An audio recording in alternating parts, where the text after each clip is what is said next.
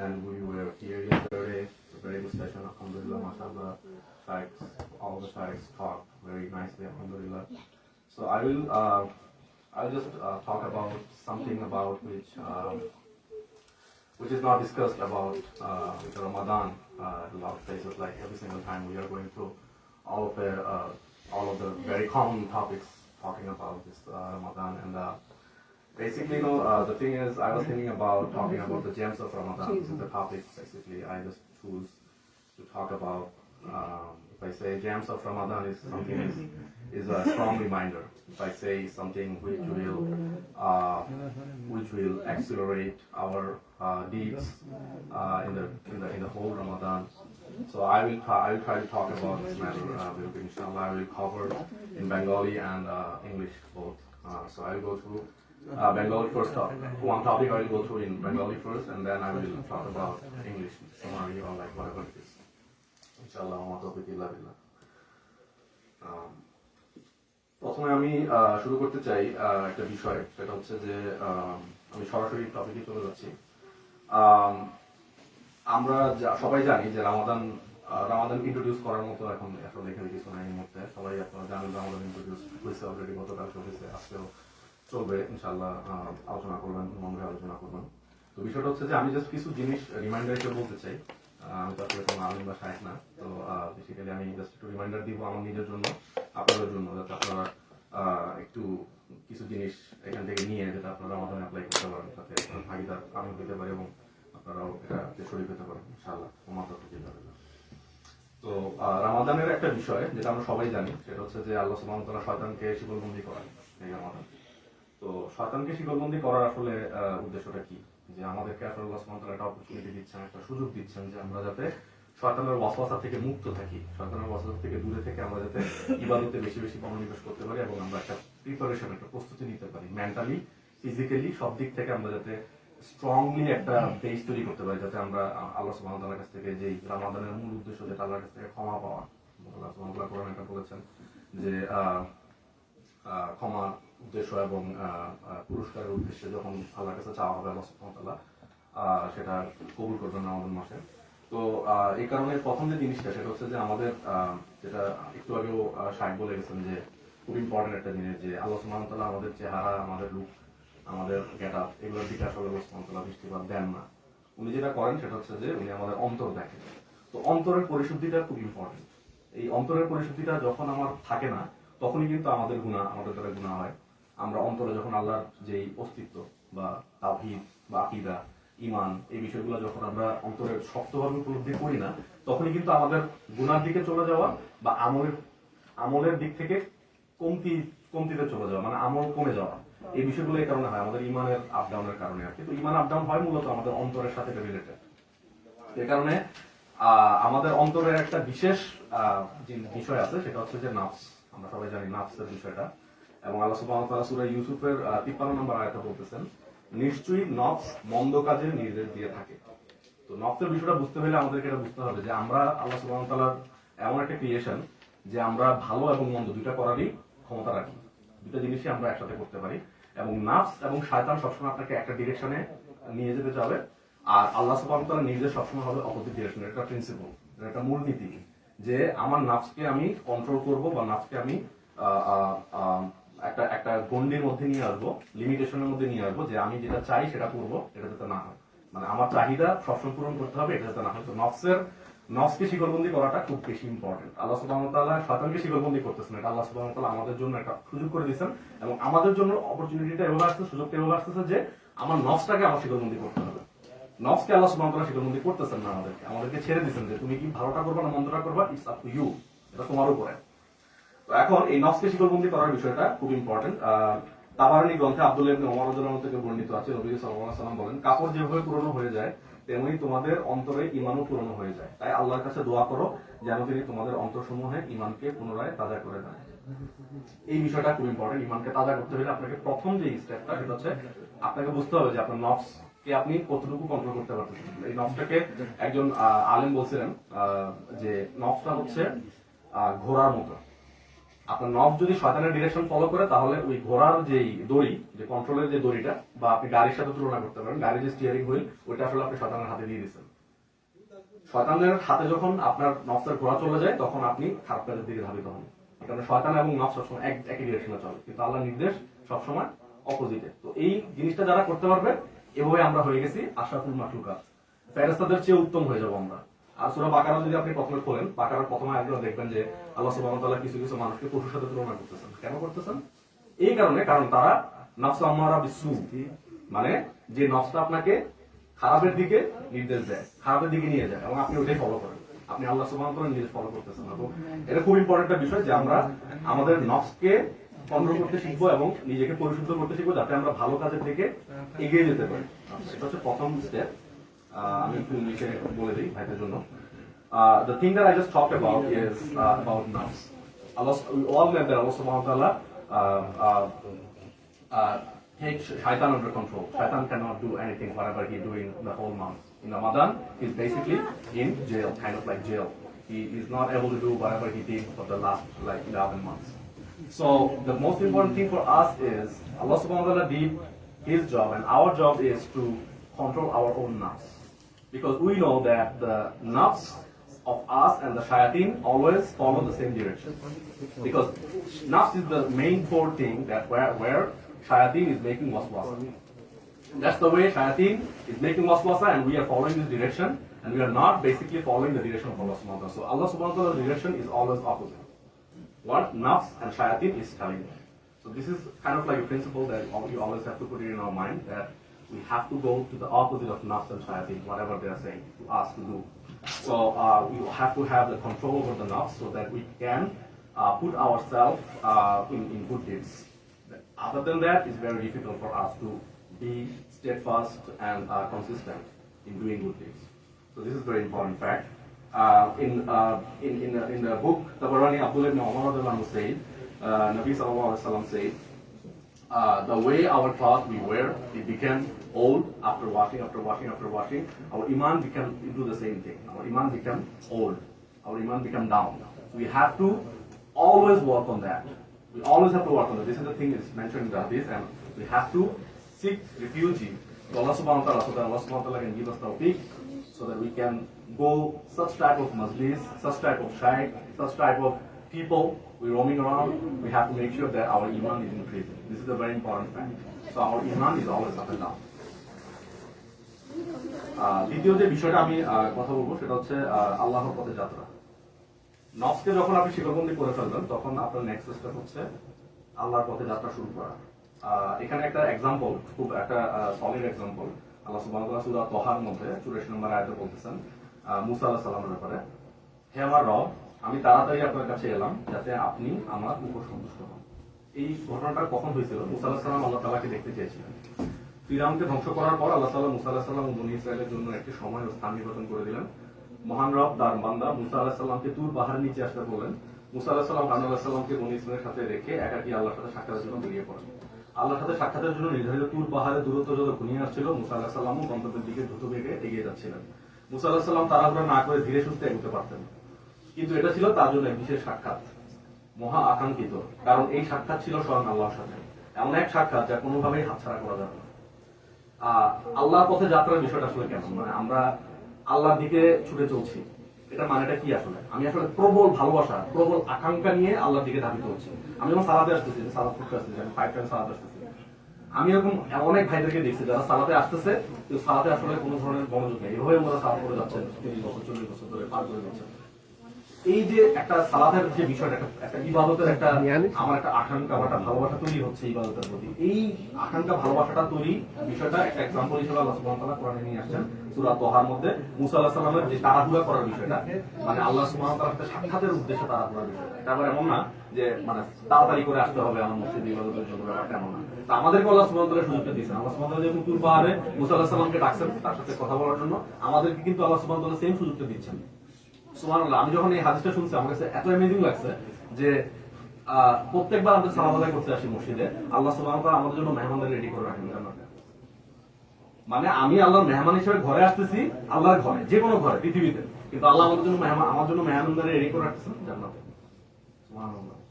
So এই কারণে আমরা যেরকম উদ্গ্রীব, আমাদের আকাঙ্ক্ষা যেরকম আল্লাহর পথে ছুটে যাওয়ার যে একটা আকাঙ্ক্ষা, ভালোবাসা, আল্লাহ সুবহানাহু ওয়া তাআলা সেই জিনিসটা আমাদের করেন। আল্লাহ সুবহানাহু ওয়া তাআলা এই কারণে বলছেন যে তোমরা যখন আমাকে একাকী স্মরণ করো আমিও তোমাদেরকে একাকী স্মরণ করি, তোমরা যখন কোনো মজলিসে আমাকে স্মরণ করো আমি তোমাদেরকে এটা হচ্ছে উত্তম মজলিসে স্মরণ করি। সুবহানাল্লাহ। তো এই কারণে এই জিনিসটা সবসময় এটা একটা প্রিন্সিপাল যে আল্লাহর পথে যাত্রার ক্ষেত্রে আমাকে এই একটা প্রিন্সিপাল একটা সেট করে রাখতে হবে, মূলনীতি, যে হাদিসে কুদসির মধ্যে আল্লাহ সুবহানাহু ওয়া তাআলা বলছেন যে বান্দা আমার প্রতি যেরকম ধারণা করে আমি তার সাথে ওরকম আচরণ করি। আমার ধারণা আল্লাহর প্রতি যেরকম পজিটিভ হবে আল্লাহর সাহায্য আমার প্রতি পজিটিভলি আসতে থাকবে। শুধু আমার কাজ হচ্ছে আল্লাহর প্রতি পজিটিভ ধারণা রাখা। এটা হচ্ছে আল্লাহর পথে যাত্রার একটা প্রিন্সিপাল, মূলনীতি। আমাদেরকে এটা মাথায় রাখা উচিত। সূরা মুতাফফিফিনের 14 নম্বর আয়াতে আল্লাহ সুবহানাহু ওয়া তাআলা বলতেছেন, কখনো নয় বরং তারা যা করেছে তাই তাদের অন্তরে মরিচা ধরিয়ে দিয়েছে। তো আবারও আমি অন্তরের বিষয়টাতে আসলাম যে আল্লাহর পথে যাত্রার ক্ষেত্রে আমাকে এই জিনিসটা মাথায় রাখতে হবে যে এই আয়াতের মধ্যে একটা শব্দ আল্লাহ সুবহানাহু ওয়া তাআলা উল্লেখ করেছেন, রাআন। রাআন মানে হচ্ছে কালো দাগ, যে কালো দাগটা আসলে গুনার পর গুনাহ করতে করতে আমাদের অন্তরে পড়ে, এবং এই কথাটাই বলা হয়েছে এখানে, অন্তরে মরিচা ধরিয়ে দিয়েছে। প্রতিবার গুনাহ করার পরে গুনাহকারীর অন্তরে একটি কালো দাগ পড়ে যায়, যা তওবা করে তাদের অন্তর থেকে কালো দাগ মুছে যায়। তাওবার মধ্যে থাকতে হবে, কন্টিনিউয়াসলি তাওবা। আমাদের দ্বারা ভুল হবে, আমরা ভুলের উপরে সৃষ্টি করা হয়েছে আমাদেরকে, এবং আমরা ভুল করবো, এটা ওইতে থাকবে। এখন আল্লাহর পথে যাত্রার ক্ষেত্রে প্রথমে যে জিনিসটা আমাদেরকে মানে একটা টনিক হিসেবে কাজ করে সেটা হচ্ছে যে কোরআনকে অন্তর ধারণ করা। প্রথম জিনিস, আল্লাহকে বুঝতে হলে, আল্লাহর পথে যাত্রা শুরু করতে হলে আমাকে কোরআনকে অন্তর ধারণ করতে হবে। কিভাবে? অসহ্য করতে হবে আমাকে। আমরা এই জিনিসটা আমাদের মধ্যে সেট করে রাখি যে আমরা যতটুকুই কোরআন পড়বো অতটুকু আমরা অর্থসহ বোঝার চেষ্টা করবো, এটাকে আমরা অন্তরে ধারণ করার চেষ্টা করবো, এবং এটাই আমাদেরকে মুক্তির পথে দিকে নিয়ে যাবে। আল্লাহর পথে যাত্রা মানে কি? আমার মুক্তির পথে যাত্রা শুরু হয়েছে। মুক্তিটা কোথায়? এই মুক্তির পথটা কোথায় আছে? জান্নাতে। আল্লাহর পথে যাত্রা মানে আমার জান্নাতের পথে যাত্রা, সেম জিনিস। আর এখানে দ্বিতীয় যে বিষয়টা, প্রথম বিষয়টা হলো কোরআনকে অন্তরে ধারণ করা, আর দ্বিতীয় বিষয়টা হচ্ছে অনুতাপ এবং তাওবা। আমি যে বিষয়গুলো বলতেছি, যে টপিকগুলো, প্রথমে হচ্ছে কোরআনকে অন্তরে ধারণ করা, এবং কোরআন হচ্ছে এমন একটা শিফা, এমন একটা মানে আপনার রোগটাকে, অন্তরের রোগগুলাকে এমন ভাবে এটা জ্বালিয়ে পুড়িয়ে ছাই করে দিবে যেভাবে আগুন সবকিছুকে ছাই করে দেয়, ভস্ম করে দেয়। এই কোরআনটা আপনার যখনই আপনি কোনো বিপদে পড়বেন বা কোনো স্যাড নিউজ আসবে আপনার কাছে, বিপদ আপদ আসবে, অ্যাক্সিডেন্ট আসবে, বা যে কোনো একটা সিচুয়েশন তৈরি হলো, তখনই আপনি এই কোরআনটাকে যখন ধারণ করবেন, এই কোরআনটা আপনার অন্তরের মধ্যে ওই যে বিপদ আপদ আসবে ওই সময় আপনাকে সম্পূর্ণভাবে ওই সাপোর্টটা দিয়ে যাবে, যে হ্যাঁ আপনি তখন সাধারণত মনে করবেন যে ও কোরআনে তো আমি ওই জিনিসটা করছিলাম, যে আল্লাহ সুবহানাহু ওয়া তাআলা বলছেন পাইনা মাআল উসরি ইউসরান, ইন্না মাআল উসরি ইউসরান। এই আয়াতটা যদি আপনি জানেন, তার মানে কি? আপনি জানছেন কষ্টের সাথে স্বস্তি রয়েছে। আপনি বিপদে পড়েন, কষ্ট করছেন, আপনি এর সাথে স্বস্তি আছে, আল্লাহ সুবহানাহু ওয়া তাআলা বলেছেন এর সাথে অবশ্যই স্বস্তি আছে। এই স্বস্তিটা আমরা বুঝতে পারি না। তো এই কারণে এই বিষয়টা ইম্পর্টেন্ট। অনুতাপ ও তওবা, এটা হচ্ছে সেকেন্ড বিষয়। অনুতাপ, যেটা গতকালকে শাইখ বলতেছিলেন যে আপনি যখন কোনো গুনাহ করে ফেলেন, অনুতপ্ত হওয়াটা, এটাই কিন্তু আপনাকে বেসিক্যালি আল্লাহ সুবহানাহু ওয়া তাআলার ক্ষমার দিকে নিয়ে যায়। আল্লাহ সুবহানাহু ওয়া তাআলা আপনাকে ক্ষমা করবেন, আপনার অনুতাপটাই যথেষ্ট, যে আমি অনুতাপ ফিল করতেছি। তারপরে আপনি তওবার বিষয়টা আসবেন, যে হ্যাঁ আমি আর কাজটা কখনো করবো না। ব্যাপারটা এমন না যে আমি গুনার উপর গুনাহ করে গেলাম আবার তওবাও করে গেলাম, কিন্তু এখানে দুটো জিনিসের মাঝখানে একটা জিনিস মিসিং থাকে, কি? আল্লাহ সুবহানাহু ওয়া তাআলা ক্ষমা পাওয়ার জন্য, সেটা হচ্ছে অনুতপ্ত হওয়া। এই অনুতপ্ত হওয়াটা খুব ইম্পর্টেন্ট। আল্লাহ সুবহানাহু ওয়া তাআলা সূরা আল ইমরানের 133 নম্বর আয়াতে বলেছেন, তোমরা দ্রুত অগ্রসর হও তোমাদের প্রতিপালকের ক্ষমার দিকে, তোমরা অগ্রণী হও তোমাদের রবের ক্ষমার আশায়। এটা সূরা আল হাদীদের 21 নম্বর আয়াত। আবার সূরা আল মুতাফফিফিনের 26 নম্বর আয়াতে বলেছেন এই বিষয়ে প্রতিযোগিতা করুন। এটা প্রতিযোগিতার মাস এই রমাদান। সাহাবীরা কন্টিনিউ একজন সাথে আরেকজন প্রতিযোগিতা লিপ্ত থাকতেন। কেন? আল্লাহকে সন্তুষ্ট করার জন্য। এটাই তাদের উদ্দেশ্য ছিল, যে আমি আল্লাহর কাছে মর্যাদার ক্ষেত্রে আমি অনেক দূর আগে গেলাম, আমি সামনে থাকলাম। যেমন প্রথম কাতার দাঁড়ানো নিয়ে সাহাবীদের মধ্যে কিন্তু কম্পিটিশন হতো, কেউ কাউকে চান্স দিত না। কিন্তু আমরা কিন্তু এখন দেখা যায় একটা প্র্যাকটিস আমাদের মধ্যে আছে, ভাই আপনি যান সামনের কাতারে, আপনি পড়েন, আপনি সামনের কাতার দাঁড়ান। এটা কিন্তু সাহাবীরা করতেন না, সাহাবীরা সুযোগ দিতেন না। ওরা প্রতিযোগিতা করতে সামনের কাতারে যেতে হবে না, কারণ ওরা জানতেন যে সামনের কাতারে যাওয়ার পুরস্কারটা কি। এত অ্যামেজিং পুরস্কার রাসূলুল্লাহ সাল্লাল্লাহু আলাইহি ওয়াসাল্লাম বলছেন, তোমরা প্রতিযোগী, তোমরা মানে একজন আরেকজন তর্কে লিপ্ত হয়ে যেতে, যদি তোমরা এটা দেখতে যেটা রিওয়ার্ডটা কি, যে সামনের কাতারে সালাত পড়া, লটারি করতে তোমরা, এত গুরুত্ব। অথচ আমরা এটাকে হেলায় নষ্ট করে ফেলি। আচ্ছা, এই জিনিসটা প্রতিযোগিতার বিষয়। আর এখানে তৃতীয় যে বিষয়টা, প্রথম বললাম যেটা তওবা, অনুতাপ, আর হচ্ছে কোরআনকে অন্তরে ধারণ করা, আর পরবর্তী যে বিষয়টা আসতেছে অগ্রজদের মনে রাখা, সলফে সালেহীন যারা, তারা কিভাবে আমল করছে। যেমন আমরা আজকে দেখেন ইউটিউব, ফেসবুক, এসব জায়গায় আমরা দিন শিখি, বা দিনের শাইখদের লেকচার শুনি, বা আমরা কোনো মজলিসে যাই শাইখদের লেকচার শুনি। সফে সালিহিনদের প্র্যাকটিসটা কেমন ছিল? ওনারাও কিন্তু দিন শিখতেন, কিন্তু ওনারা দিন শিখার মধ্যে সীমাবদ্ধ ছিলেন না। ওনারা দিন শিখতেন এবং এই যে হাদিসটা শুনলেন, যে ওনারা একটা জানলেন, ওনারা কি করতেন, সাথে সাথে ওই মধ্যে শেষ হয়ে গেলে ওই আলেমের পিছনে পিছনে ঘুরঘুর করতেন, দেখার চেষ্টা করতেন, বোঝার চেষ্টা করতেন যে আসলে সে এই হাদিসটার উপরে কিভাবে আমল করতেছে, দেখতে হবে। এই কারণে সফে সালিহিনরা কিভাবে আমল করছেন এই বিষয়গুলা আমাদের একটু জানা উচিত। এবং আমি এখানে কিছু সফে সালিহিনদের ঘটনা আমি একটু বলবো আপনাদেরকে, ওনারা কিভাবে কিছু আমল করছেন। এখানে একটু যে বিষয়টা সেটা হচ্ছে সফে সালিহিনদের মধ্যে আমরা যদি কাউকে আনতে চাই, এখানে একজন আলেম ছিলেন যিনি হচ্ছেন দাউদ ইবনে আবি হিন্দ, 40 বছর যাবত সিয়াম রেখেছিলেন। আমি কিছু এক্সাম্পল বলবো ওনারা কিভাবে আমল করতেন, আমরা যাতে একটু ইন্সপায়ার হতে পারি। উনি 40 বছর যাবত সিয়াম রেখেছিলেন, অথচ তার স্ত্রী এই ব্যাপারে কিছুই জানতেন না। তিনি পশমের কাপড় বানাতেন, প্রত্যেক দিন তার স্ত্রী খাবার তৈরি করতেন এবং দাউদ, মানে যে আলেমের কথা বলা হচ্ছে, উনি কাজে বের হওয়ার সময় তার সাথে ওই খাবার নিয়ে যেতেন। আর দাউদ বাজারে গিয়ে খাবারটি একজন গরিব মানুষকে দিয়ে দিতেন এবং মাগরিবের পর বাসায় ফিরে তার স্ত্রীর সাথে খাবার খেতেন, অর্থাৎ ইফতার করতেন। বাজারের লোকজন ভাবতো তিনি তার স্ত্রীর সাথে খাবার খেয়ে এসেছেন, আর তার স্ত্রী ভাবতেন তিনি বাজারে গিয়ে তার তৈরি করে দেওয়া খাবার খাবেন। কিন্তু দাউদ সিয়াম রাখতেন আর সাথে করে আমরা খাবার একজন গরিব লোককে দিয়ে দিতেন। সুবহানাল্লাহ, এটাই তো ইখলাস। এই ঘটনাটার মাধ্যমে আমরা ইখলাস শিখলাম। তিনি 40 বছর রোজা রাখলেন, কিন্তু ওনার ওয়াইফ জানতেন না। এই যে ইখলাস কি আপনাকে রিয়া থেকে দূরে রাখবে। রিয়া মানে ছোট শিরক, এটা হচ্ছে শো অফ, মানে এটা আপনাকে, এটা শিরকের একটা পর্যায়। এবং এটার মধ্যে আল্লাহ রাসূল সাল্লাল্লাহু আলাইহি ওয়াসাল্লাম বলেন যে আমি আমার উম্মতের জন্য এটাকে অনেক বেশি ভয় করি, কারণ এটা বোঝাটা খুব ডিফিকাল্ট। তো ইখলাসের বিষয়টা হচ্ছে আমার কাছে এমন কিছু আমল থাকবে, এমন কিছু আমল আমার থাকবে, গোপন আমল, যেগুলোর ব্যাপারে কেউ জানবে না। ওনার স্ত্রী পর্যন্ত জানতেন না। আইয়ুবাস সাক্তিয়ানি রাহিমাহুল্লাহ সারা রাত সালাত করতেন, আর ফজরের কিছুক্ষণ আগে কিছুটা আওয়াজ করে কোরআন তেলাওয়াত করতেন, যাতে মানুষ মনে করে তিনি ফজরের কিছুক্ষণ আগে ঘুম থেকে উঠেছেন, অথচ তিনি সারা রাত একটু ঘুমানো। হাসান ইবনু আবি সিনান রাহিমাহুল্লাহের স্ত্রী বলেছেন, আমার স্বামী প্রায়ই আমার সাথে চালাকি করে আমাকে ঘুম পাড়িয়ে দিতেন, যেমনটি আমরা আমাদের বাচ্চাদের চালাকি করে ঘুম পাড়িয়ে দেই, আর যখনই আমি ঘুমিয়ে পড়তাম তখন তিনি সালাতে দাঁড়িয়ে যেতাম। একবার হাসানের স্ত্রী তাকে সালাত করতে দেখে ফেলেন আর বলে উঠলেন, আবু আব্দুল্লাহ, কেন নিজেকে এভাবে কষ্ট দিচ্ছেন, নিজের উপর একটু রহম করুন।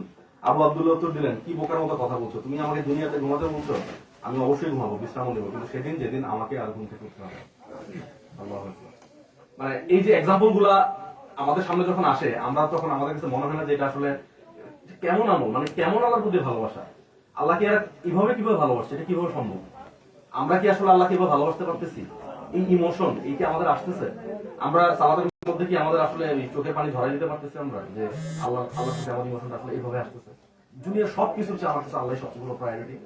তো এই এক্সাম্পল গুলা আমি এখানে আরো অনেকগুলো এক্সাম্পল আছে। আলী ইবনে আবু তালিব আলাইহিস সালাম রাদিয়াল্লাহু আনহুর নাতির ছেলে জাইনুল আবেদিন 10 বছর ধরে মদিনার গরিব লোকদের খাবার দিতেন, কিন্তু কেউ জানতে পারতো না কে তাদেরকে খাবার দিচ্ছে। প্রতিদিন সকালে তারা বাড়ির সামনে খাবার পেত। শেষ পর্যন্ত জাইনুল আবেদিন মারা গেলে তারা বুঝতে পারলো যে তিনিই তাদের খাবার দিলেন, কারণ তিনি মারা যাওয়ার পর তাদের বাড়ির সামনে খাবার রাখা বন্ধ হয়ে গেল। কেউ জানতো না এটা কে ছিল, জাইনুল আবেদিন হাসান আলী রাদিয়াল্লাহু আনহুর নাতি। তো এই যে গোপন কিছু আমল, এই আমলগুলো আমাদেরকে ইখলাস তৈরি করতে শিখাবে, আমাদের ভিতরে ইখলাস তৈরি করবে। ইখলাস তৈরি করলে আমরা রিয়া থেকে মুক্ত থাকতে পারবো, এবং এটা আমাদের খুবই ইম্পর্টেন্ট একটা জিনিস, যে আমাদের রিয়া আসবেই। আমি যখন একটা আমল করি, কোরআন করি, তিলাওয়াত করি, একটা মানুষ এসে আমাকে প্রশংসা করবে, বা এমন ভাবে মাঝে মাঝে তিলাওয়াত করতেছি, একটা মানুষের দেখলো আমি কি করলাম, আমি তিলাওয়াতটা সুন্দর করে ফেললাম, তখন কিন্তু আপনি রিয়া করে ফেলবেন। এই বিষয়গুলো আমাদের খুব মানে মাথার মধ্যে সেট করে ফেলা উচিত, যে এই জিনিসগুলো আসলে আমাদের হচ্ছে কিনা, এগুলো একদম কমপ্লিটলি অন্তরের সাথে রিলেটেড। আচ্ছা, আমি এখন একটু ইংলিশে এটা করবো, বলার চেষ্টা করবো। The thing that I just talk about in Bengali is the journey towards Allah subhanahu wa ta'ala. So about this journey, I would like to mention the ayah of Surah Taha, this 84 number ayah. Musa alayhi salam is saying, "Oh my Lord, I came to you, I came to you in hurry, so that you can feast on me." So he was doing hurry to come to him, and the story is here. The tafsir of this ayah is Musa alayhi salam wanted to see Allah subhanahu wa ta'ala. Allah subhanahu wa ta'ala told him that you come to that mountain and I'm going to talk to you. And that's the reason Musa alayhi salam was doing hurry to meet with Allah subhanahu wa ta'ala.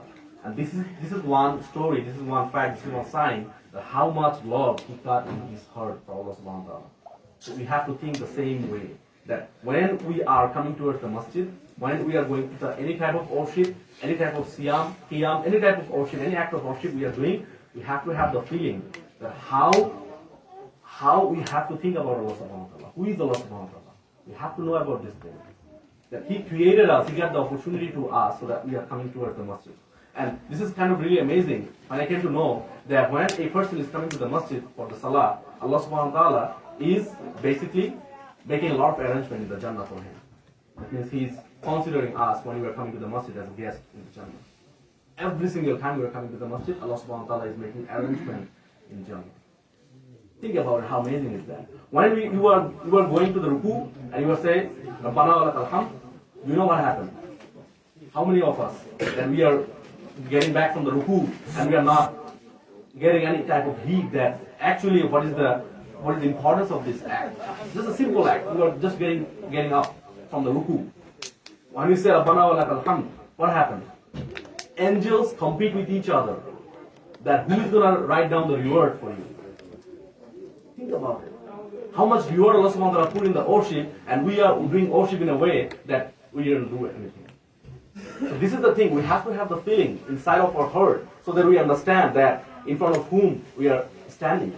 This is very important. And you cannot do it if you have any type of thing, any type of black mark in your heart. That's the thing Allah subhanahu wa ta'ala mentioned in Surah Al-Mutaffifin. He said about a word, Ra'an. Ra'an means black mark. And the ayah is, no, never. Allah subhanahu wa ta'ala is saying, and their heart is full of black marks. That's Surah Mutaffifin, ayah number 14. So that's the ayah. Allah subhanahu wa ta'ala mentioned a word, Ra'an. It's a black mark. When you are doing sin, one black mark is in your heart. Another sin, more mark, and one after another. And that's the way your heart becomes full of black marks. And that's the way it's going away from Allah subhanahu wa ta'ala. And the first thing about the journey towards Allah subhanahu wa ta'ala, the first thing that will work as a tonic is that putting the Quran inside of our heart. Every single ayah that you see in the Quran, if you feel sad, if you have any trouble, if you're in a happy mood, every single situation that you have in your life, just relate it to the Quran. And that's the way you will feel peace in your heart. That's the way those black marks will go away. And these are working as a medicine. This medicines is basically making cure of your heart. It's very important. The second thing is regretting and there's a guy looking for his daughter. Her name is Trinidad. I don't think his name is Trinidad. It's something like that. Yes. Okay. So, yeah, I know. Alright. So the regret and tawbah, repentance, regret and repentance. So repentance is something else and regret is something else. Regret should be coming in your heart when you do any type of sin. You know, a lot of people do tawbah, a lot of people do repentance, but they don't have any regret. And that's the reason they ended up how? They ended up doing the sin again and again and again, repentance again and again and again, and no regret. And that's the way they are not getting any type of mercy from Allah subhanahu wa ta'ala. So this is a very important fact that we have to regret about it. And the third thing is, I just mentioned about the journey towards Allah subhanahu wa ta'ala is following the salaf, Salaf-e-Salihin, the people who are basically came way before us. Like if we say about the Salaf-e-Salihin, who are they? Sahabi, Tabi'in, Tabi'in, and after the Imams, and all those righteous people. That we see that the knowledge that we are right now getting in here, everywhere, of Quran and Hadith, we got all those from them. Because they practice those, and that's the way we get those. And we have to follow them. You know, during this time, the Salaf-e-Salihin's time, how they used to practice Islam, how they used to take the knowledge. They were not just taking all the knowledge from the shaykhs and sitting in front of them, or like, getting from the books. No, it's not that type of knowledge gaining, like the way we do in our time. So what they used to do, after that, after the halakha is done, they follow their shaykh. The hadith that they mentioned, how they are acting on their hadith. They have to see that how to act on the hadith. We know a lot of hadith, but we act it in our way. No, it's not the correct way to do. The correct way to do is how those Salaf-e-Salihins, the Imams, Sahabi, Tabi'i, how they did it. We have to follow that thing. So this is a very important thing that we are following our Salaf Salihin in terms of understanding the Quran and Hadith and acting on that. তৃতীয় যে বিষয়টা নিয়ে আমি কথা বলবো সেটা হচ্ছে আল্লাহ সুবহানাহু ওয়া তাআলা বলছেন যে সাওম কেবল আমারই জন্য। আপনারা সবাই জানেন এটা আল্লাহ সুবহানাহু ওয়া তাআলার একটা আমাদের প্রতি একটা বিশেষ অনুগ্রহ যে সাওমটা শুধুমাত্র আল্লাহ সুবহানাহু ওয়া তাআলা নিজের জন্য নিয়ে নিছেন। কেন নিছেন? এটার রিওয়ার্ডটা আল্লাহ সুবহানাহু ওয়া তাআলা নিজে থেকে দিবেন। এটার রিওয়ার্ডটা কেউ দিতে পারবে না। সাওমের মতো আরেকটা জিনিস আছে যেটা সাওমের সাথে রিলেটেড, এটা আমরা কিন্তু এখানে অনেকে শুনি নাই হয়তো বা কখনো। সেটা হচ্ছে যে এটা মুসনাদ আহমেদের মধ্যে হাদিসের মধ্যে আসছেন, ইমাম আহমদ ইবনে হাম্বল উনি হাদিস নিয়ে আসছেন। সেটা হচ্ছে যে একবার রাসূলুল্লাহ সাল্লাল্লাহু আলাইহি ওয়াসাল্লামের কাছে জিবরাইল আলাইহিস সালাম এসে বলতেছেন যে বান্দার যে চোখের পানি বের হয়, চোখ দিয়ে যে চোখের পানি বের হয়, এক ফোঁটা চোখের পানি জাহান্নামের আগুনের ঢেউ নির্বাপিত করে দিবে। সুবহানাল্লাহ। আমি প্রথমবারের মতো এই হাদিসটা জানার পরে বুঝলাম যে জাহান্নামে আগুনের ঢেউ থাকবে। হাউ ক্লিয়ার ইজ দ্যাট, মানে কত ভয়ঙ্কর। আগুনের ঢেউয়ের মধ্যে আপনি থাকবেন জাহান্নামে, জাহান্নামে আগুনের ঢেউ থাকবে এবং আপনার একটা চোখের পানি যে আপনি দুনিয়াতে ফেলছেন, এই চোখের পানিটা এই আগুনের ঢেউগুলাকে মুহূর্তের মধ্যে নির্বাপিত করে দিবেন। দেখেন এই আন্ডারস্ট্যান্ডিংটা সাহাবীদের ছিল। আবু বকর রাদিয়াল্লাহু আনহু সুবহানাল্লাহ, উনি যখন সালাত দাঁড়াতেন মনে হতো যে ওনার মাথায় কেউ পানি ঢেলে দিচ্ছেন। এত পরিমাণ চোখের পানি বের হইতো, এত পরিমাণ পানি বের হইতো, ওনার দাড়ি দিয়ে বেয়ে বেয়ে পানি পড়তো। ওনারা বুঝছেন যে এই কান্নাটা আসলে কেন আসতেছে, কোন ইমোশন থেকে আসতেছে। এই জিনিসটা আমাদের বোঝা উচিত যে আমরা আসলে আমাদের ইমোশনটা আসলে আমাদের কোন দিকে, আমাদের প্রায়োরিটি কোন দিকে দেওয়া উচিত। এই বিষয়টা খুব ইম্পর্টেন্ট। এই কারণে আল্লাহ সুবহানাহু ওয়া তাআলা বলছেন সাওম কেবল আমার জন্য। এই সাওমের মধ্যে আপনি যখন আল্লাহ সুবহানাহু ওয়া তাআলা আপনাকে রিওয়ার্ড দিবেন, আল্লাহ নিজে দিবেন এটা আপনাকে। এবং এই চোখের পানির যে হিসাবটা, এই হিসাবটা ফেরেশতারা লিখতে পারে না, এবং এই সাওমের হিসাবটা কিন্তু ফেরেশতারা লিখতে পারে না। ওটা ক্ষমতা আল্লাহ সুবহানাহু ওয়া তাআলা দেন। এটা রিওয়ার্ড শুধুমাত্র আল্লাহর কাছে, এবং এই চোখের পানির রিওয়ার্ডটা আল্লাহর কাছে। এটার হিসাব ওরা লিখতে পারে না, ওটা ক্ষমতা তাদেরকে দেওয়া হয় না। এই কারণে সাওমের গুরুত্ব বোঝার জন্য এই একটা জিনিসই যথেষ্ট। সাওম কত ইম্পর্টেন্ট একটা মাস আমাদের সামনে আসতেছে এবং আমরা এটাকে হেলায় নষ্ট করব, কিভাবে করব, এটা বোঝার জন্য একটা জিনিসই শুধুমাত্র এনাফ। সাওম আল্লাহ সুবহানাহু ওয়া তাআলা বলেন এটা আমার জন্য, এটা রিওয়ার্ড শুধু আমি দেব। এই যে আপনি ঠোঁট শুকিয়ে যাচ্ছে, আপনি পানি খেতে পারতেছেন না, আপনার খিদা লাগতেছে, এটা ফিজিক্যালি একটা আপনার একটা নিড যেটা আপনার জন্য হালাল, এবং এই হালাল থেকে আল্লাহ আপনাকে দূরে রাখতেছে। কেন, কি কারণে? যাতে আপনি আল্লাহর প্রতি আরো বেশি, মানে আল্লাহর দিকে যাতে আরো বেশি আগে যেতে পারে। এটা আপনি কার জন্য করতেছেন? আল্লাহর জন্য করতেছেন। এই যে কালকে সাহেব বলতেছিল যে খুব ফানি করে বলতেছিল যে কাউকে দেখে বোঝার উপায় নেই, আমার দেখে তোমাকে মনে হইতেছে তুমি রোজা রাখো না, এরকম মনে হইতেছে। এটা কেউ বলতে পারে না, কিন্তু কাউকে দেখে বোঝার উপায় নেই যে সে আসলে রোজা রাখে না। এটা এমন একটা আমল যেটা নিয়ে রিয়া প্রদর্শন করার কোনো ওয়ে নাই। তো এই জিনিসটা আমরা একটু খেয়াল রাখবো। I was talking about the sound. Allah subhanahu wa ta'ala said it's only for me and I will give the reward for that. Just think about it. To know the importance of the Siyam and Ramadan, this is the only thing. If you just try to realize that, understand that this thing that Allah subhanahu wa ta'ala is saying, Saum is only for mine, only for me, and I will give the reward for that. And no angels are not able to write down the reward for the Ramadan, for the Saum, for the Siyam. And there's another thing which is also mentioned in the Hadith, Musnad Ahmad, that when Jibreel alayhi salam came to Rasulullah sallallahu alaihi wasallam, and he was saying that there will be big waves of fire in the hellfire, and one drop of water coming from your eyes is going to be vanishing all those waves of fires. So that how much important is that? And no angels is not allowed to write down the reward of one single water coming out from your eye in fear of Allah subhanahu wa ta'ala. And that's the thing Abu Bakr radhiyallahu anhu's amal. What was his amal?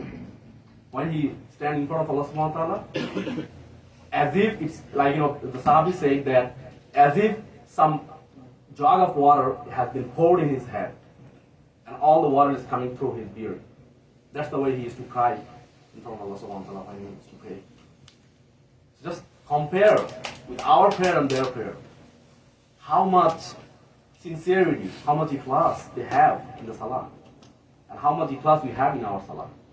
And that's the time, that's the most important time that you can think about it, because when the Ramadan is going to be starting, Shayateen will not be able to give you any waswasa. He is basically shackled out. He's in the jail kind of. He cannot give you any waswasa. And that's the time you can make yourself purified. That's a very good opportunity for us. And the next topic I want to talk about is the women in Ramadan. Most of the scholars, like if you see all hadith books, they ended up all their hadith books writing down the fiqh of the fiqh about the woman, how there are a lot of physical changes that happen every single month in a woman's body. So they mention all in the hadith books, all about this. They talk about the fiqh of these things, and this is not a matter of embarrassment or shame to talk about this matter, because that's the thing. Aisha radiallahu anha was so sad when she got the highs, and she was not able to do the tawaf in Kaaba. When a woman have this type of situation, they cannot do the tawaf during the Hajj. And Aisha radiallahu anha was regretting that why I'm doing this Hajj, whereas I cannot do the tawaf because of not having the permission to do the tawaf, and she was regretting that why I'm doing the Hajj. The Hajj is meaningless for me. And that's the hadith came in, and Rasulullah sallallahu alaihi wasallam say that you don't have to worry about it, and it's for all the daughter of Adam. It's the same thing for everyone. So we don't have to regret about it. And this amazing thing about it is that if any of our sisters is not able to do worship, like reading the Quran and all those things, there is no regret about it, because this is the thing that is the hadith in the Sahih Bukhari and Muslim, that if any worship you are doing consistently and you are missing something for any reason, for your health issue, if you are sick, in any type of situation come, and you have the desire that you are not able to do it, and then Allah will give you the reward for that. Just think about it. Allah is so merciful. So you don't have to be worried about it. Most of the time I heard from my wife that a lot of women, they complain about, we cannot do worship and this and that, they become so frustrated. No, there is nothing to be frustrated. It's from Allah subhanahu wa ta'ala, and Allah subhanahu wa ta'ala knows the situation more than anyone else. And why you have to be frustrated? No, you don't have to be frustrated. It's normal, it's okay. Completely fine, it's from Allah subhanahu wa ta'ala. রামাদানে নারীদের ব্যাপারে একটা বিষয়, সেটা হচ্ছে যে নারীদের কিছু বিশেষ মুহূর্ত থাকে যখন ওরা কোনো ইবাদত করতে পারে, নামাজ করতে পারে, সিয়াম পালন করতে পারে না। তো এই বিষয়গুলো অনেক সময় অনেক নারীদেরকে খুব বিভিন্ন ধরনের একটা চাপা একটা অনুভূতি থাকে তাদের, যে আমরা তো অনেকে আগাই গেল, অনেক ভালো কাজ করে ফেললো, আমি তো কোনো ভালো কাজ করতে পারলাম না, আমি পিছিয়ে গেলাম, বা আমি রোজাগুলো রাখতে পারলাম না। এই ধরনের আফসোস করা আসলে উচিত না, যেটা আল্লাহ রাসূল সাল্লাল্লাহু আলাইহি ওয়াসাল্লাম আয়েশা রাদিয়াল্লাহু আনহাকে বলতেছিলেন, যে আয়েশা রাদিয়াল্লাহু আনহা একবার কাঁদতেছিলেন। তো রাসূলুল্লাহ সাল্লাল্লাহু আলাইহি ওয়াসাল্লাম জিজ্ঞেস করলেন যে তোমার কি হয়েছে? তো আয়েশা রাদিয়াল্লাহু আনহা বলতেছেন যে এই বছর যদি আমি হজই না করতাম। কেন? কারণ হায়েজের মুহূর্তটাতে মহিলারা যদি হজের ময়দানে থাকে, তাহলে ওরা তাওয়াফ করার সুযোগ পায় না, তাওয়াফ করতে পারবে না, এটা তাদের জন্য অ্যালাউ না। তো তখন উনি যে তাওয়াফ করতে পারতেছেন না, এটার অস্বস্তিতে উনি বলতেছিলেন যে আমার যদি হজই না করতে হতো, যদি হজই না করতাম। তো এই বিষয়টা উনি খুব আফসোস করে বলতেছিলেন। তখন রাসূলুল্লাহ সাল্লাল্লাহু আলাইহি ওয়াসাল্লাম তাকে সান্ত্বনা দিয়ে বুঝিয়ে বললেন, এই ব্যাপারটি আল্লাহ তাআলা আদমের সকল কন্যার জন্য নির্ধারণ করেছেন। সান্ত্বনা দেওয়ার পর তিনি এই অবস্থায় করণীয় শিখিয়ে দিলেন। তিনি বললেন, হাজিরা যা করে তুমিও তা করবে, তো পবিত্র হওয়ার আগ পর্যন্ত কাবার চারদিকে তাওয়াফ করবে না। তো এই বিষয়গুলা কষ্টটা আসাটা স্বাভাবিক, কষ্টটা আসবে, আমাদের বোনদের মনে আসবে, এটা কোনো বিগ ডিল না। কিন্তু সহিহ বুখারী এবং সহিহ মুসলিমের হাদিসে আসছে যে কোনো বান্দা যদি বা বান্দি যদি কোনো আমল কোনো বিশেষ পরিস্থিতির কারণে করতে না পারে, যেটা সে কনসিস্টেন্টলি ক্রমাগতভাবে করে আসছিল সবসময়, এটার জন্য আল্লাহ সুবহানাহু ওয়া তাআলা তাকে সেম রিওয়ার্ডটা দিব যদি সে এটা করতো। সেম রিওয়ার্ডটাই দেওয়া হবে, তাকে সেম পুরস্কারটাই দেওয়া হবে। আচ্ছা, এখন যে টপিকটা নিয়ে আমি একটু আলোচনা করবো, আমি একটু ডিটেলস বলবো এই ব্যাপারটা। এটা হচ্ছে তাওবা এবং ইনাবা। আমরা তাওবা সম্পর্কে জানি, কিন্তু ইনাবা শব্দটা কিন্তু কোরআনে অনেকবার আসছে, আমরা এটার সাথে খুব একটা বেশি পরিচিত না। ইনাবা কি আমরা একটু জানবো এই ব্যাপারে। ইনাবা ব্যাপারে ইমাম ইবনুল কাইয়িম রাহিমাহুল্লাহ বলেন, ইনাবা হলো প্রতিনিয়ত আল্লাহকে খুশি করার জন্য ব্যাকুল হয়ে থাকা, বারবার আল্লাহর দিকে ফিরে যাওয়া, অর্থাৎ এটা তাওবাই, এটা তাওবারই একটা অংশ। কিন্তু এই তাওবা হলো ক্রমাগত তাওবা, যে আপনি একটা খারাপ কাজ করলেন, আপনি তাওবা করলেন, খারাপ কাজ করার পরে তাওবা করতেছেন, আপনি অন্য সময় তাওবা করতেছেন না। কিন্তু ইনাবা হচ্ছে কি কন্টিনিউয়াসলি, ক্রমাগত ভাবে আল্লাহর কাছে তওবা করে যাওয়া, এটাকে বলা হচ্ছে ইনাবা। এটা কোরআনে আসছে, এটা আসছে এটা এখানে সূরা হুদের মধ্যে আল্লাহ সুবহানাহু ওয়া তাআলা ৭৫ নম্বর আয়াতে বলতেছেন, নিঃসন্দেহে ইব্রাহিম ছিল ধৈর্যশীল, কোমল হৃদয়ের অধিকারী এবং আল্লাহ অভিমুখ। এই আয়াতে আল্লাহর বন্ধু ইব্রাহিম আলাইহিস সালামের ৩টি গুণের কথা বলা হচ্ছে। তিনি ছিলেন হালিম অর্থাৎ ধৈর্যশীল, আওয়া অর্থাৎ কোমল হৃদয়ের অধিকারী, এবং মুনিঈব অর্থাৎ বারবার আল্লাহর দিকে তওবাকারী। এই মুনিঈব হচ্ছে ইনাবা, মুনিঈব থেকে ইনাবার বিষয়টা আসছে। তো বারবার আল্লাহর দিকে তওবাকারী, ইনাবা মানে হচ্ছে বারবার কন্টিনিউয়াস। যেমন আল্লাহ রাসূল সাল্লাল্লাহু আলাইহি ওয়াসাল্লাম জিজ্ঞেস করেছিল যে ইয়া রাসূলুল্লাহ, আপনার তো পূর্বের এবং সামনের এবং পিছনের সব গুনাহ মাফ করে দিয়েছেন আল্লাহ সুবহানাহু ওয়া তাআলা, আপনি কেন এত বেশি ইস্তেগফার করেন? তখন রাসূলুল্লাহ সাল্লাল্লাহু আলাইহি ওয়াসাল্লাম বলেন যে আমি কি আল্লাহর অভিমুখী হব না? আমি কি আল্লাহর দিকে বেশি বেশি ফিরে যাব না? এটা আল্লাহর দিকে ফিরে যাওয়া, আল্লাহর কল্যাণের দিকে ফিরে যাওয়া। তো এটাকে বলা হচ্ছে ইনাবা, এবং এই জিনিসটা আমরা সবসময় মাথায় রাখবো যে সিন করলে যে শুধুমাত্র আমরা এই জিনিসটা করতে হবে, এটা আমরা একটু খেয়াল রাখবো। সো এরপরের যে টপিকটা, মাই Apology, we have only 4 minutes remaining for the Maghrib. I wish I could cover all those things, but yeah, it's a shortage of time. But I will talk about another important thing. I will end up with this, is some of the ibadah that has been lost from our amal. First foremost is istighfar, doing istighfar before the fajr. That was a very common practice of Sahabi companions, that is doing istighfar before the fajr. And it's mentioned in Surah Al Imran. The ayah is from 15 to 17. I don't have that much time to explain it and say the ayah. I'm just mentioning all the topic, that what should be the amal which has been lost from our amal. So the first one is doing istighfar before the fajr. And the next one is tafakkur. Tafakkur, what is the meaning of tafakkur? Tafakkur means deeply thinking about something. Deeply thinking about the Quran and Sunnah. This is one of the very forgotten practice from the Ummah right nowadays. And the third thing I would like to mention is tabattul. Tabattul means separating yourself from the world and going towards Allah subhanahu wa ta'ala. And that's the one thing, one worship is basically related to that. If you see the salah of the Sahabi, you will see when they stand in front of Allah subhanahu wa ta'ala in the salah, they just forget about the world, they have connected with the world, and then they put their all concerns, all attentiveness towards Allah subhanahu wa ta'ala. That's the meaning of tabattul. This is the three things that is missing in our amal nowadays. So I'm going to tell it in Bengali.